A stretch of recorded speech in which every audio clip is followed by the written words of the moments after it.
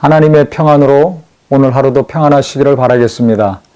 오늘 은혜 받은 말씀은 마태복음 6장 5절부터 8절까지의 말씀입니다.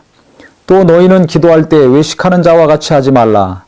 그들은 사람에게 보이려고 회당과 큰 거리 어귀에 서서 기도하기를 좋아하느니라. 내가 진실로 너희에게 이르노니 그들은 자기 상을 이미 받았느니라. 즉 예수님 당시 유대인들은 어떻게 기도했냐면 주로 서서 기도를 했습니다. 예루살렘을 향해서 예루살렘을 쳐다보고 주로 기도를 했습니다. 그때 이제 이 기도하는 사람들이, 외식하는 이 사람들은 큰 소리로 기도했습니다. 사람들을 의식하고 기도하는 거죠. 사람들 들으라고.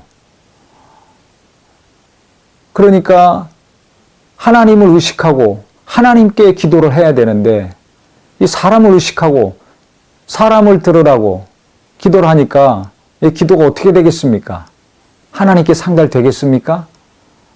전혀 이게 하나님께 하는 기도가 아니죠. 그래서 이게 외식하는 기도라는 것입니다. 그래서 예수님 말씀하시기는 내가 진실로 너에게 이르노니 그들은 자기 상을 이미 받았느니라. 사람들에게 저 사람은 기도 잘하는구나. 저 사람은 간절히 기도하는구나. 기도 소리 들으니까 저 사람은 성경을 많이 알고 있구나. 저 사람은 믿음이 좋구나. 뭐 이런 칭찬을 받고 평가를 받았겠죠. 그래서 사람들이 이미 상을 받았기 때문에 하늘에서 상이 없다는 것입니다. 그러면 어떻게 기도해야 되는가? 그 다음 예수님이 말씀하셨습니다. 너는 기도할 때 내 골방에 들어가 문을 닫고 은밀한 중에 계신 내 아버지께 기도하라. 은밀한 중에 보시는 내 아버지께서 갚으시리라. 사람들 의식해서 기도하지 말고, 사람들 들으라고 기도하지 말고 하나님께 은밀히 기도해라. 그래서 골방에 가서 기도하라는 것입니다. 그러면 뭐 기도할 때 꼭 날마다 골방에 들어가서 기도해야 됩니까? 그렇지 않죠. 차 안에서 하든지 길에서 하든지 뭐 어디서 하든지 기도는 하나님께 하는 겁니다. 사람 들으라고 하는 것이 아니라 하나님께 하는 겁니다. 우리가 대표기도 할 때도 이 기도는 하나님께 하는 겁니다. 그런데 예배 시간에 대표기도 하는 분들 보면 사람 들으라고 기도할 때가 있습니다. 목사님 기분 좋게 하려고 기도할 때가 있습니다. 기도하면서 설교하는 경우도 있습니다. 또 책망하는 경우도 있습니다. 정죄하는 경우도 있습니다. 설교 요약해가지고 다시 또 기도 가운데 포함시켜서 전하는 분들이 있습니다.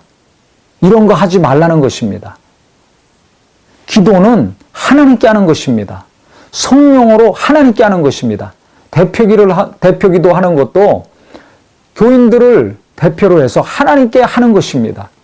사람 들으라고, 사람들에게 좋게 보이려고 사람을 의식하면서 하면 안 됩니다. 기도의 가장 기본적인 것을 예수님은 말씀하시는 거예요.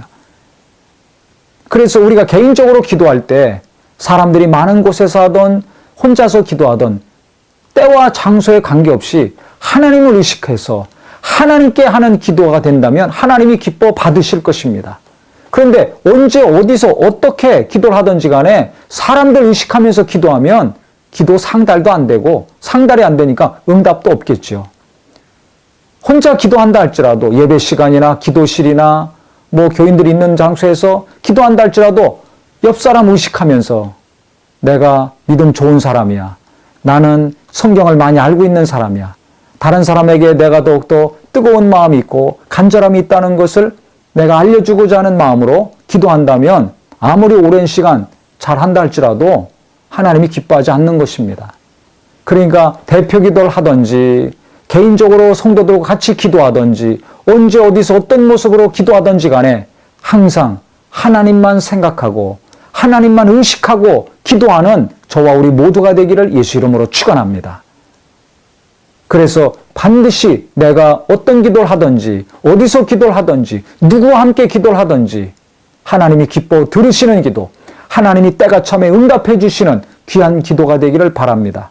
그 다음에 또 한 가지 말씀하신 것은 7절에 또 기도할 때 이방인과 같이 중언부언하지 말라. 그들은 말을 많이 하여야 들으실 줄 생각하느니라. 그러므로 그들을 본받지 말라. 구하기 전에 너희에게 있어야 할 것을 하나님 너희 아버지께서 아시느니라 그랬습니다. 또 기도할 때 중언부언하지 말라는 것입니다. 이방인과 같이. 당시 이방인들은 어떻게 기도했느냐? 그 당시에 예수님 당시에 이방인들의 신이 한 300개 있었다고 합니다. 그러니까 300개 그 신들을 불러가면서 기도하든지 아니면은 믿음이 없으니까 불안하죠. 그러니까 이 신 저 신 불러가면서 똑같은 것을 계속 말할 수밖에 없습니다. 그 정신없는 기도를 하는 겁니다. 불안하니까. 이 신한테도 기도했다. 저 신한테도 기도했다. 이 신 이름 부르면서 기도했다. 또 저 신 이름 부르면서 기도했다. 주문 외우듯이 횡설수설하는 기도. 이거 하지 말라는 것입니다. 하나님은 우리가 구하기 전에 있어야 될 것을 아신다는 것입니다. 그래서 말을 많이 해야지 되는 것이 아니라는 겁니다.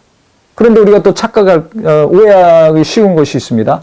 그러면 한 번 기도하고 그냥 끝내야 되는가? 똑같은 말을 계속 하나님께 기도하면 안 되는가? 그건 다른 문제죠.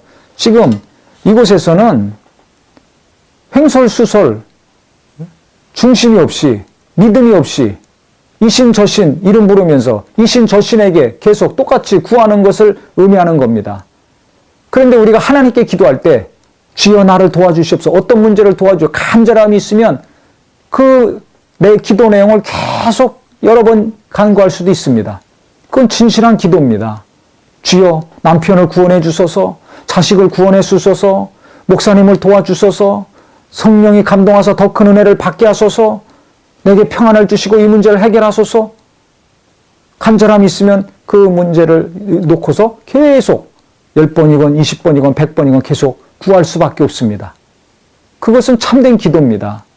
똑같은 단어를 사용하면서 여러 번 기도하지만 그것은 하나님이 기쁘게 들으시는 기도입니다.